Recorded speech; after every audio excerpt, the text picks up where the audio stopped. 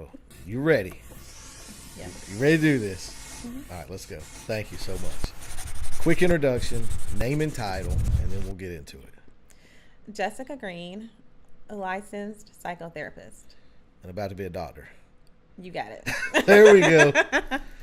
So you and I have known each other for about a year now, and we've talked about a lot of stuff. But what are you seeing, since this podcast is for young people and students and stuff like that, what are you seeing with children? We just had an interview with Zori Thomas, who struggles with anxiety and learning disabilities. What are you seeing in young people, and kind of where does that stuff come from? In young people, I'm starting to see more of the depression, more of the anxiety, more of the what ifs, more of the cuttings, the suicide ideations, not as many attempts, but self-injury. Right. So with depression and anxiety and that stuff, is it always a chemical imbalance? Could it be just life kind of sucks right now, or I'm not getting the materialistic things I want? I mean, is it a combination of both, or does it lean more the other way? I mean, how does that work when it comes to kind of chemical stuff in your brain? I would say it's a combination between generational history as far as mental health. I would also say chemical imbalance, and then individuals not getting what they want. If I can't get this, then I'm going to act this way. If I can't get that, then I'm going to do this. Right. Oh, I saw a video the other day that made me think of this boy that got triggered. And it ended up costing him his job, obviously. But, like, I'm watching this video of this guy losing his mind because somebody's wearing a Trump shirt. And I'm like, he's doing this because he got away. That's how he acted to get his way as a child. And now he thinks this is going to work as an adult or whatever. Yeah. So with chemicals, you know, my experience in the past with kind of chemical imbalance, and what I want to say is a chemical imbalance, which may not be the case, but I was on some thyroid medicine that did not agree with me at all. And I could tell. I mean, I knew I was foggy. I would sit in my office and look out the window for hours. I had suicidal thoughts daily. And I talked to my doctor, and I talked to people surrounding me, and I let them know that this isn't me. We're working on it. And as soon as they changed my medicine, it went away. I've not had those issues in years. But while I was on that particular medicine, and then I called my doctor to get help, and the nurse said it's impossible. I start typing in the name of the medicine, and the first thing that auto-populates in Google is name of medicine, suicidal. Mm-hmm. No side effects. But you're going to tell me that it's not possible or whatever. Which it is possible. Yeah, it was the craziest thing. And to know, and I don't know if I knew because it was my age, and I've been around for a while, and I just realized that this isn't normal for me. But I could see where a child that the doctor said you need to take this, and they take it, and just they don't know what's going on. I mean, they're just kind of along for the ride. And that's why whenever you are on those prescribed meds, it's also important that you maintain healthy eating habits. Okay. Because having those vitamins, you know, those nutrients that you need, you have to have those in order to help balance those meds, because those meds cannot work by themselves. Right. That's why some kids can't take a certain medication on an empty stomach, because it's not going to work. Yeah. I mean, I've got my thyroid medicine today. You got to take it first thing in the morning. You can't take anything else with it. It has to be on an empty stomach. You have to wait an hour before you can take any other medicine. I mean, it's that and whatever, half a cup of water or something like that. But yeah, that's. But I could see people just jumping in, and then of course, and obviously not thyroid medicine, but then you see people abusing stuff. You know, I've had friends that have abused pain. My mother's abused meds and all that, But even like with that, just when we're talking about it, is because I'm assuming that stuff is the dopamine you get attached to that euphoria feeling and dopamine and all that kind of. So you're always seeking it. Yeah, I have to have it. I got to feel like that again. That's my normal. That's where I want to be for normal, and it's just that's not the normal. And then, gosh, I guess as I think about it, I mean, I felt those kind of highs gambling. Whenever I've been to Las Vegas on a business trip, and you take $100 to go down with your friends and have fun, and you win another 100, and you get that rush, or I go shopping or anything like that. And I guess dopamine is kind of where addiction kind of comes in. It's that immediate thrill. It's that rush. It's impulsive behavior. So you get it, It's there for a couple hours and then it's gone. Right. Well, so even with that, you know, we all surround ourselves with social media, and I look at it, and I see like with these, I watch a lot of stuff about entrepreneurs and that kind of thing, and there's this huge issue, not even issue, but this millionaire mindset, millionaire this, don't look like a millionaire, become a millionaire, and these kids are just covered up with $1 million is a lot of money, and they're just inundated with, you've got to make $1 million, you got to have a Lambo, you've got to have this, you've got to look a certain way, you know, these unrealistic beauty ideals that they're unattainable, they're unachievable, they're all fake, they're all airbrushed, and these young people are just surrounded, they idolize these people, and I'm assuming that type of stuff could also play into both anxiety and depression. It can, because you have to separate reality versus fantasy. Right. So your fantasy is going to be the Lamborghini. Right. And from a kid's perspective, I can graduate high school and I have a Lamborghini. I do not have to work hard for it. Right. I do not have to gain those skills I need to get it. It's given to me. Yeah. But life doesn't work that way. Right. Well, and you know, my daughter watches these brothers on YouTube, and they're, I don't know, 19 years old, and Lamborghinis, Ferraris, McLarens, Porsches, Mercedes, BMWs. It's all this stuff. And you talk to young people about what they want to do, and it's, I want to be a YouTuber. And I think it's because they think there's no work, or it's not a lot of work. I could carry a camera around. I could do this. I could do that. And it's just, again, it's unrealistic. It's possible, but it's unrealistic to think you're going to make $1 million overnight and drive $300,000 cars. And you can use the same analogy of a high school student who wants to play professional football. What's the probability of you playing? And when I go into these classes and I talk to young people and I ask them what they want to be, it's every single class somebody says they want to play in the NFL. And I ask them every time, what are you doing to do that right now? Were you up at 4 o'clock this morning practicing and running and exercising? Or did you get up, you got on the bus, and you want to be a football player? You can want and wish all you want. It doesn't, you know. But with everything, I mean, it's they have to know that it's possible. It's absolutely possible. I mean, even here locally, I mean, Hunter Renfrow is probably going to go to the NFL, and I'm looking at, he's a small guy, he's whatever, but he's put into work and he's doing the work. But again, I think of it like young people see it like a duck on the water, that they see the duck and the duck's just chilling on the water, and they don't see all the work going on below the water. That's right. To get to that level. And I'm sure with Hunter, he put in the work, both on the field, off the field, and academically, in order to be eligible to play at the level he's playing at, so he can take it to another step. So it's all building blocks. Yeah, but I also think, though, if you want to play in the NFL, you want to chase that dream, then go chase that dream. But you got to put in the work. That's right. No matter what. I mean, you're not going to be a doctor because you just want to be a doctor. You've worked your hind end off to become a doctor, but I think that's one challenge, and it may not be, but I feel like a lot of young people just see these new self-made YouTube celebrities, Instagram celebrities. It's like, I want that. I need that to be relevant, and you don't. You just need to be yourself and be happy. That's right. And I tell kids all the time, regardless of your circumstance, it doesn't matter who you are or where you came from, your ability to triumph begins with you. So if you want it, you have that passion, you have that drive, you can go get it. Yeah, well, so that's a good segue to your story, you know, with what happened to you when you were a toddler and to where you're going to be in a few months as a doctor. So just real quick, tell me that story again.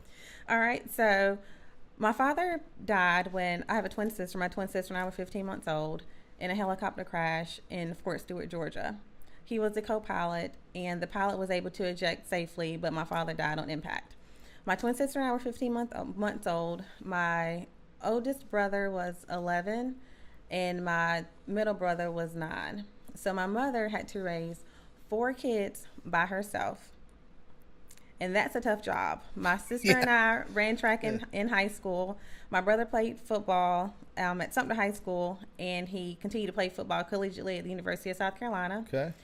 My other brother, Bobby, he attended college as well, and we were all college graduates. And my sister is actually the assistant principal at an elementary school here in Horry County.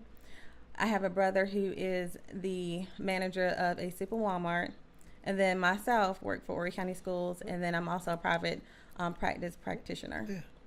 But it didn't fall in your lap. I mean, you think about all the work that all the extra work your mom had to do, That's right. because she was filling both roles. And not only that, she had to deal with losing her husband and the father of her kids and make sure that her babies get through college. Yeah, it's not easy. Exactly. And my mother is my reason why I keep fighting. I keep fighting for myself as well, because you have to put yourself as your number one priority in order to be successful, to make sure you get what you need emotionally, physically, and mentally. But she is my reason why. Yeah. Why I keep driving, why I keep pushing, Yeah. why I do not stop. Yeah. Well, as you and I've talked over the past year or so, like with my partner in my old business, the last thing I want to do is disappoint him. That's one of in business, that's my biggest fear, is disappointing that man. It builds that perseverance. Yeah. And that resilience. Yeah. In personal life, my biggest fear is not being around for my daughter, for not taking care of myself or whatever. But in business, it was always disappointing my partner, because he was my mentor. He gave me the shot. I wanted to make sure that he made the right choice, chose the right person, and it scared me to death to disappoint him. So yeah, I get it completely. With young people, what resources are available through school systems, and not just here locally, but anywhere? I mean, kind of what would be the process if a young person was struggling with mental health to get some help, if they couldn't get it, if they couldn't go tell mom or dad or whatever, and they needed to go outside the family? Kind of what's that process look like if somebody wanted to go get some help?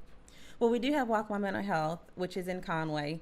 But one great thing also about Walk My Mental Health, there is a school-based counselor that is in the school setting. Okay. So for any of those students who may have an issue with transportation, they can get those services during the actual school day and not have to worry about leaving campus early to get to Conway. Right. Also, there's RBHS services that's within Horry County Schools, and that's another outlet as well. Okay.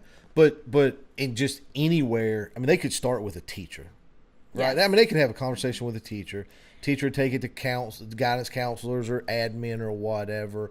But I mean, anywhere in the country, they're going to have some kind of program to help young people deal with any mental health issues or whatever. Absolutely. Yeah. There are services available. What about, have you seen anything, or does it go back again to anxiety? What about bullying? I mean, we hear a ton about bullying right now.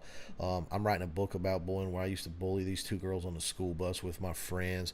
I speak at schools about bullying, and I hear young people, and I feel like we get the words thrown around too much also.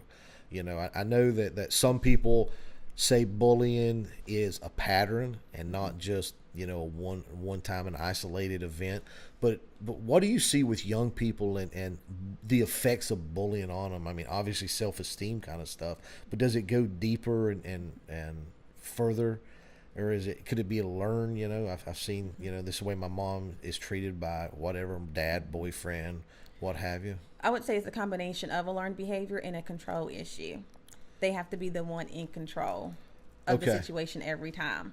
But it could come from that learned behavior as well, because dad always has control over mom. Right. So this is what I see every day. So this is a norm for me. Right. So I do this at home. I'm going to do this in school and in the community. And then that's when it becomes a discipline issue. Right. Because it is a continued pattern. I know when I was speaking at one of the schools here, I was talking to the fifth graders. One of the teachers asked about a question about the two young ladies that we used to bully, and said, was there anything they could do to have stopped it? Saying anything to us wouldn't have helped. It would have just put a spotlight on it. We'd have probably just went in, harder on them. The other thing is, we were really doing it because of our insecurities, or at least that was my reason. It was my insecurities of being poor or whatever. But really what would have solved the problem was if they'd have got somebody with some authority involved. If her parents would have come knocked on my door and told my mother what I was doing, that would have been the end of it right there. My mother would have beat the tar out of me. So, but I've also been it wasn't a bullied situation, but I was scared. I was terrified one year in 7th grade of a kid that wanted to fight me. Like all year, I was terrified of this young man And finally, we met, and there was nowhere for me to go or whatever.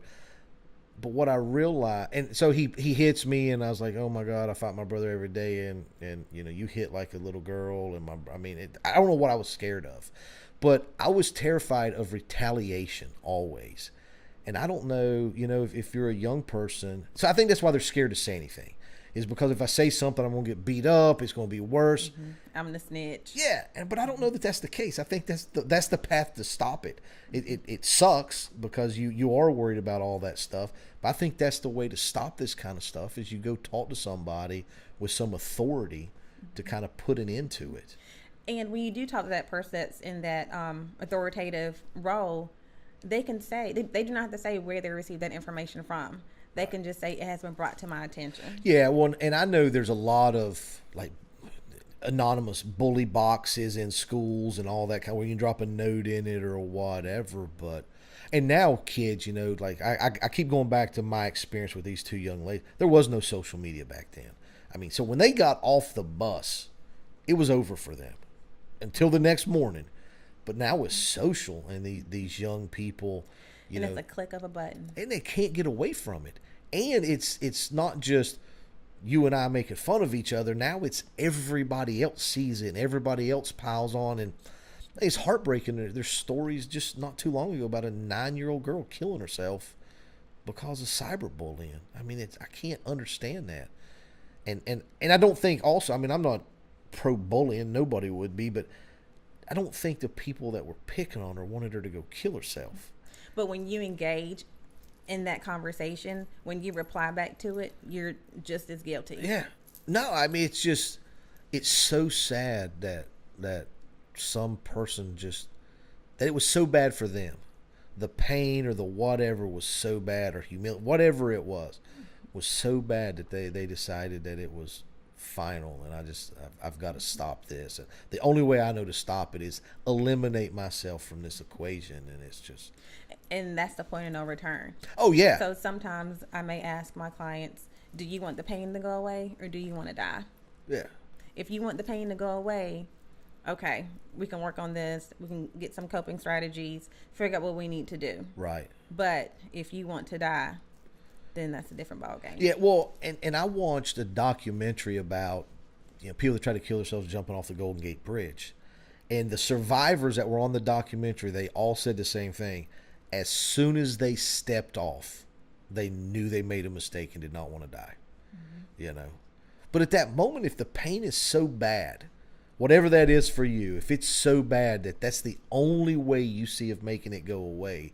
And I've always tried, and like with my deal with my mess, I knew that wasn't the case. I had a fantastic life. I knew I didn't want to die, but it was in my all the time, in my mind, because of that medicine. And like we were talking earlier, though, you're fortunate though that the side effects aren't, you're hearing voices, you know, where now it turns into schizophrenia. Mm-hmm. You know, I just watched A Beautiful Mind. First time I'd ever watched that movie, and I was like, I didn't even know that was possible.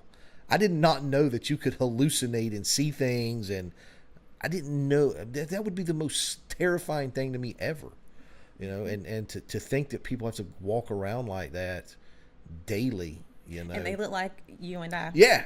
Yeah, and you just think they're normal, and they're just seeing stuff that's not happening. And yeah, the last few years have really opened my eyes to mental health. It was probably after that medicine situation I had, because, you know, I was always, you know, my family, I've had family members deal with depression. I've always been suck it up, it's life. We all have bad days. Just, I'm tired of hearing about this nonsense. Get out of the bed. But as soon as I had that, again, chemical imbalance is what I'll call it. But as soon as I had those side effects from that medicine, it completely changed my outlook.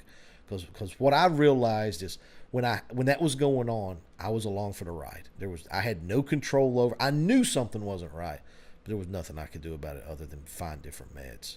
Mm-hmm. You know, I guess everything has side effects, but that one got me.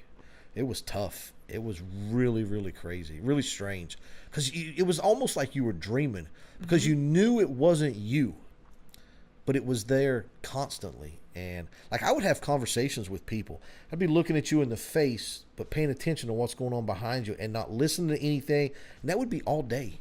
I'd have people come in my office and I just wouldn't pay attention. I'd stare out the windows. And I finally went to my partner and my employees, my family, and I was like, look, if you see anything strange, it's not me. And I had people tell me, they're like, yeah, I thought something was going on. But there again, the people don't want to pry. They don't know what's going on. So if you've got people that don't want to pry, then again, it's going out and seeking help. And that's where I think some of our family, friends, and other relatives miss the boat.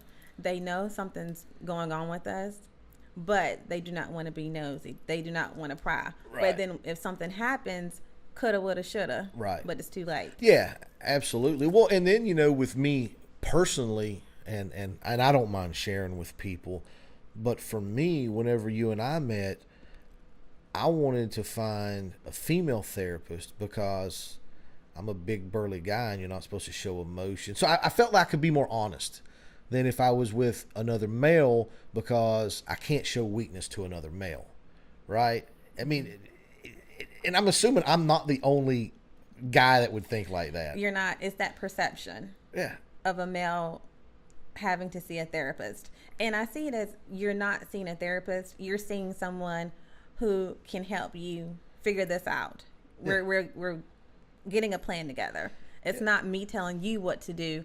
We're bouncing back ideas off of each other, but ultimately it's going to be your decision. Yeah, I mean, my personal experience, and I'll share with people that's never been thinking about it, my personal experience has been, it's a place to go talk about whatever's bothering you, whatever's on your mind, and there's zero judgment. That's right. That's the way I feel about it. Whenever you and I first met, I was really hung up on a lot of racism stuff that I've been seeing online on Instagram or whatever, and we talked about that kind of stuff, and then it's just so. But it was a place that I could talk about it, and there was no arguments. It wasn't we're volleying back and forth. It was a place to sit down, get what was on my mind off my chest to somebody that would listen to me, and that truly wanted to help the process of finding your way through all this stuff. So me personally, I never would have thought I would go see a therapist. I'm a problem solver in my professional life. You kind of, my daughter, all that kind of stuff, they look up to you. If they've got, that's what I've been my whole life, as a problem solver. And then to go to somebody else, I mean, it was a huge step for me, but it's been great. It's been a great experience. And one thing I like to incorporate within my private practice is to make it more conversational, so you'll feel more comfortable. Yeah. And plus, I'm someone from the outside looking in on a client situation. Yeah.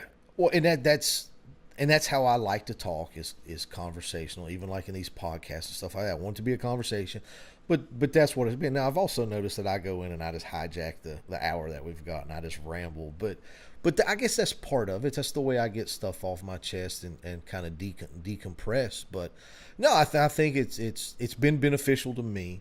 I think it could be beneficial to a number of people. But with the focus for me right now on young people, I just want people to know that it's okay to talk to somebody else, that there's nothing wrong with you, And if there is an imbalance or just emotional stuff or whatever, there's people out there. I mean, I hear, we all have heard the stats that 22 veterans a day, kill themselves from PTSD or whatever. Like, I didn't realize, when I heard PTSD, it was always about, war and stuff like that. It doesn't have to be about it. It's just trauma, I guess, right? I mean, I've got a friend of mine. Their daughter was with her cousin when she was killed in a boating accident, and she's been having to deal with that stuff, and just any kind of traumatic experience. But they need somebody to talk to, and if I guess it could be, you could be in a car accident and a friend pass away or anything, and it's all still classified as a traumatic event that needs to be processed. Right. But they may not know, or whoever they're around, family or whatever, may not know that they need to go talk to somebody, and it's part of the process. It is. You just go talk, and people can help out. Yeah, it's very, when I think about young people and all the challenges, we were talking earlier about Instagram and the like this unachievable beauty standard, especially for young women. Oh my God. I mean, it's insane. And if you don't have an $1,800 bag, then you got to have, this is the thing, you have to have this, and to be a part of the pretty committee. yeah, well, and I do a lot of volunteering with, I hate the term at risk, but I was an at risk kid. So that's very important to me. And I volunteer and I take these young men out every year Christmas shopping, and it's always Jordans. Want a pair of Jordans. I understand. I've never owned a pair, but I understand. It's something you've never had. It's a status symbol. I get it. There's pressure to not have it, because that was a big thing. That was the only thing I remember people making fun of kids at in high school, was their shoes. You had cheap shoes on or whatever. So I understand. I get it. But at our age, it's not important. Nobody cares. They don't. They don't care. I don't care. I don't know. I've shared it at a school once or twice, but I typically don't share it because it's embarrassing. But a few years ago, so with my journey, let me back up a little bit. With my journey, when I started making money that I had never made before, I started buying stuff. And I bought stuff, motorcycles and boats and all this kind of crap to show the people that told me I couldn't make it that I made it. Right? That was, as silly as that sounds, that's the reason I started buying this stuff. And then a few years ago, I ended up buying a fake Rolex to try to impress people that don't care or don't know me. When I wore this thing, I wanted people to notice it. I remember being at the swimming pool one day and the guy saying, "Is that a Rolex Milgauss?" And I was like, "Yep." "Oh, that's my favorite watch." I knew it was, I felt like a fraud, but I wanted people to notice it. Now that I've got a real one, I don't want people to notice it. I don't want, because I got it for a different reason. This one is a milestone piece. My wife and I just celebrated our 25th anniversary together, our 20th wedding anniversary. I just sold a business, just started a business. It's for me. It's not for anybody else or whatever. But those are the kind of just insecurities that I've been dealing with for 30 years.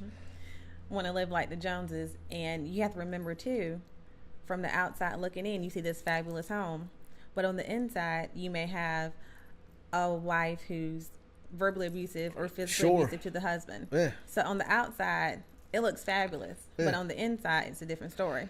Yeah. I mean, like, I just wrote a blog about don't be ashamed of your situation or whatever. And where the story came, it was at Christmas time is when I wrote it.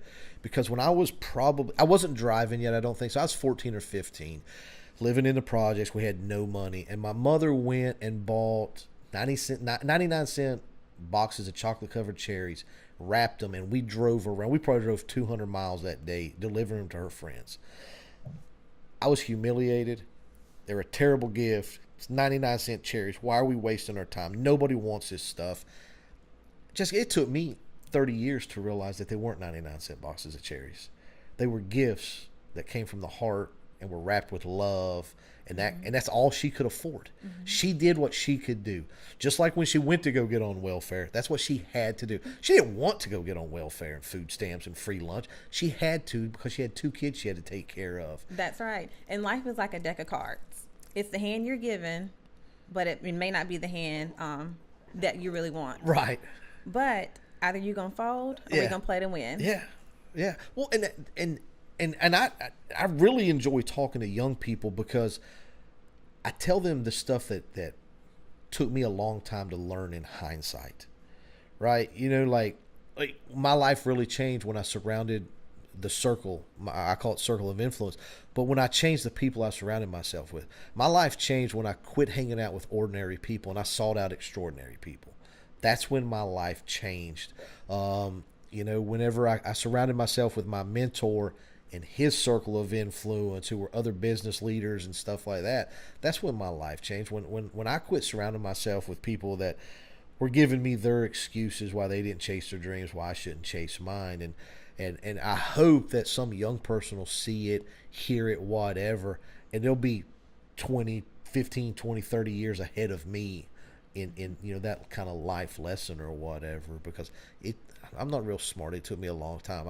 I'm very hard-headed. That's how I have to learn is just beat my head against the wall and try to figure a way through it. But and it's all about who you surround yourself with as well, like you mentioned. 100%. If you surround yourself with like people like yourself, yes, we all have the same goals, we all have the same motivation, yes, we know what we want, and we're going to go for it. But all you need is that one individual. Yes, it's the most important thing. Who and what. And so with our generations, it was who, because there was no what. There was no social media. There was none of that. I say what now because social media is. If all you do is you wake up in the morning, you pull your phone out and you start looking through hateful garbage, you probably going to be a hateful person. If you surround yourself with miserable people that complain all the time, you probably going to be miserable and complain. So I make a conscious effort to surround myself with people that want to help me, that we've got the same goals, we've got the same kind of mindset or whatever. Because I've seen it in business to where you've got one superstar and 4 miserable people. If they start hanging out together, those 4 are going to pull him in like a black hole. You're never going to pull the 4 up to your level. You're always the 4 are going to pull you down. I've seen it time and time again. And it is, and that's important with networking as well. So if you're networking with individuals who are like-minded, I may go to a company and I say, hey, do you know Michael Johnson? They're either going to say, oh, yeah, I know him. He's this, and this. Oh, yeah, I know him, and you need to beware. Yeah, you need to stay away. Mm-hmm. Yeah. Well, and like I became part of a group. It was called a peer group, a mastermind peer group, and it was for other business executives. But I was probably in revenue, I probably had the smallest business of anybody. There was people in there that were doing 10 times the business that I was doing.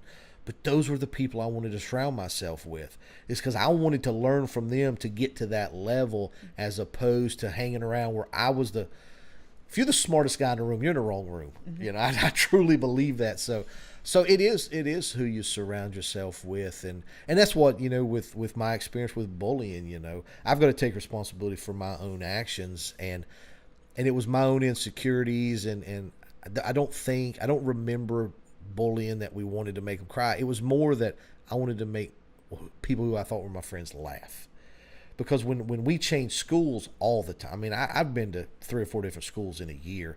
And so we're changing and moving all the time. So it was the easiest way for me to make friends was to make people laugh. And sometimes that came at the expense of other people. So, and it took me a long time to realize that, again, in hindsight. But yeah, I've been haunted by those, but finally got to apologize to them. And in spite of your circumstance, you have grown from that. Oh, absolutely. Well, everything, I say all educations are expensive. I survived about 3 days in college.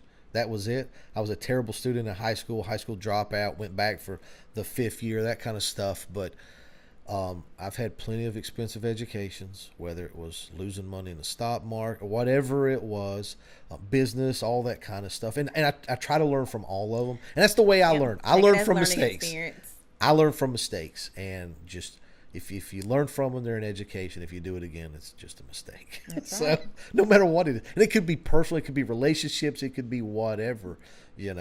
I'll change them. Right? I'll change them. Yeah, we've all seen him. I'll change them. Yeah. So for young people, is there any advice you could give a young person that may be struggling with mental health or what? I mean, is there any one piece of advice that you would give young people? I would say stop the stigma. There is no stigma when it comes to mental health. If you need help, take the help, accept the help. Yeah. It makes, well, and again, it goes back to me with wanting to find a female therapist because of the stigma of I've got to be the big tough guy and I can't go cry in front of another man. And if you do not like your therapist, you can always choose another therapist. Right. At the end of my initial session, I always ask, do you want to come back? Right. I let them make that decision because the ball's in their court. Yeah. Well, and now you've got the process started. You know, if you're dealing with that stigma, you don't want to do it because stigma or whatever. If you go to just one of them, go talk to one person, you've started the process. And again, the biggest thing for me, it's not friends. So it's not one-sided. It's just completely open. There's no judgments, anything like that. You can just go in and talk, and they're there to listen and to provide advice and come up with a plan and take that journey. It's support for that new journey, really, in my opinion. It is. And once that individual is able to verbalize it and hear themselves say it and describe their circumstance, 9 times out of 10, as they're talking and we're having a conversation, they're figuring it out. Right. They're figuring out a plan. They're figuring out what's the next move. Yeah. So when I've taken coaching classes, because that's part of this whole thing, is I want to be a coach as well. Because I can't just say, Jessica, don't go buy that truck. You've already got your mind made up.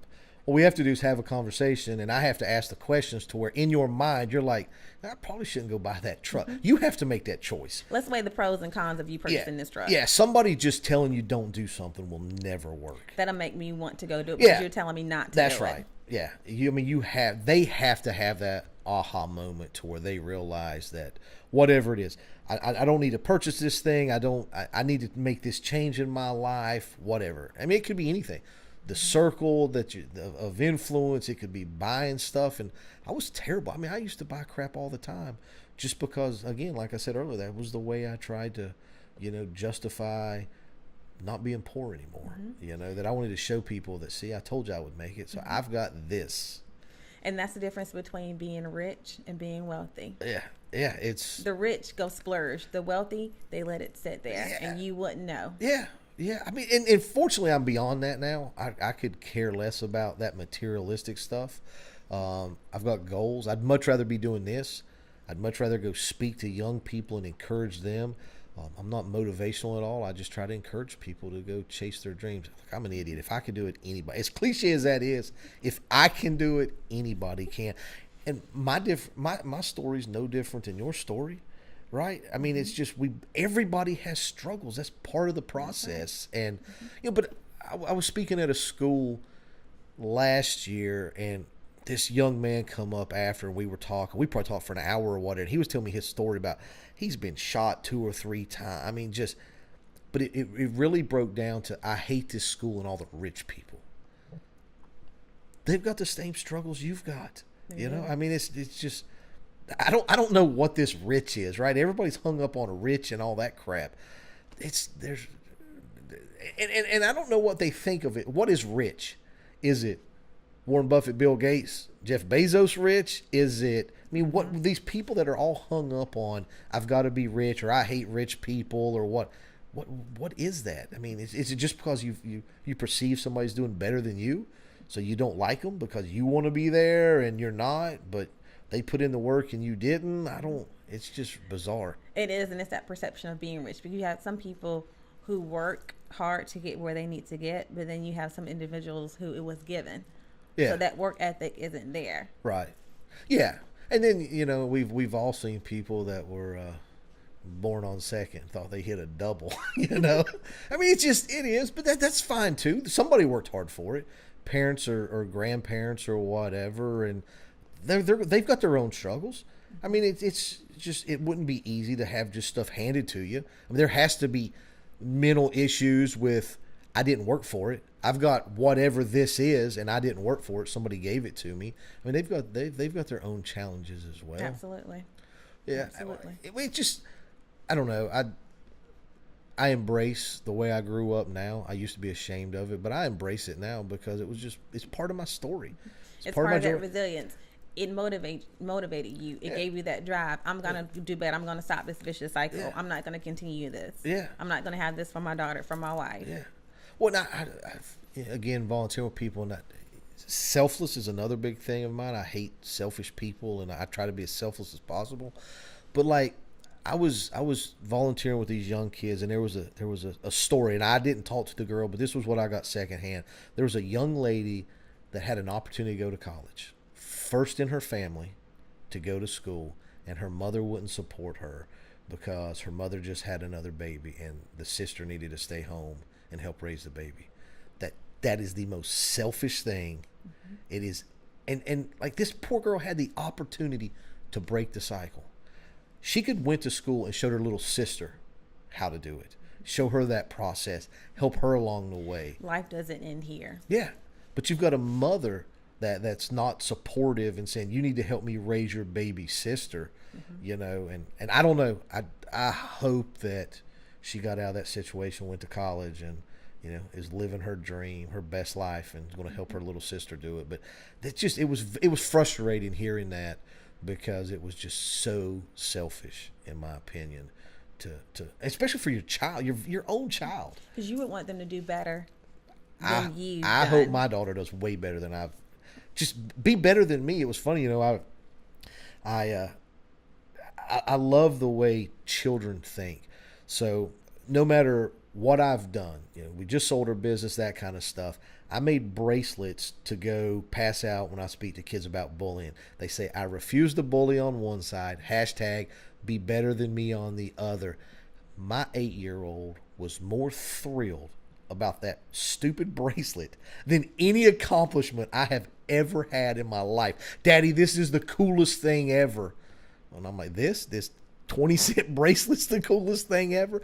But just outlook, you know, when I'm thinking about outlook on life, when we started this YouTube channel, the first day we had 12 subscribers, I believe, maybe 18, or maybe we jumped from 12 to 18 that day. And Ashlyn looks at it, she's all excited. And she's like, Daddy, this is amazing. We've got 12 subscribers. And I look at it as it's 12, you know, I mean, it's nothing. She looks at it and says, it took me a year to get 6. I mean, it's just, it's whatever the situation is. That accomplishment. It's your outlook on that situation is what, half empty, half full. And I was looking at it, I was just being realistic.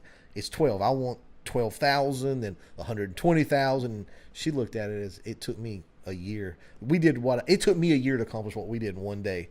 So it was fantastic. So, with young people and just mental health and happiness and all that kind of stuff, you know, as I talk to these people, I see a lot of folks, young people that almost seem like they're just going to accept the hand that life dealt them. Like, you know, Mom didn't go to college, I'm not going to college, I'm just going to go get a 9 to 5, which is fine if it makes you happy, in my opinion. But I don't know, it just bothers me that people are accepting, you know, this is just it. I was born and raised in whatever, name the small town, I have to stay here, and this is just it. It's bizarre to me. I've just never thought that. If I had to be in South Dakota to get work tomorrow, that's where I would be. You know, and that goes along with that, I hate to call it small mindfulness, but wanting to just stay here and not move and not progress. Yeah. And sometimes you have to go outside of the county or outside the state to be able to find that success and stay motivated and continue to keep that drive. Well, progress is a good word. If I would have probably stayed where I was at in Tennessee and hanging around the same people and all that stuff, there would have been no progression. I had the same circle of influence that was, again, I got to take responsibility for my own actions, but they were holding me back. And when I moved and found a different circle of influence, then that's when my life opened up to being able to progress and change and all that stuff. Yeah. Well, thank you so much for doing this. It means the world to me. You are welcome. I really, really appreciate it. I've enjoyed it. Thank you, ma'am.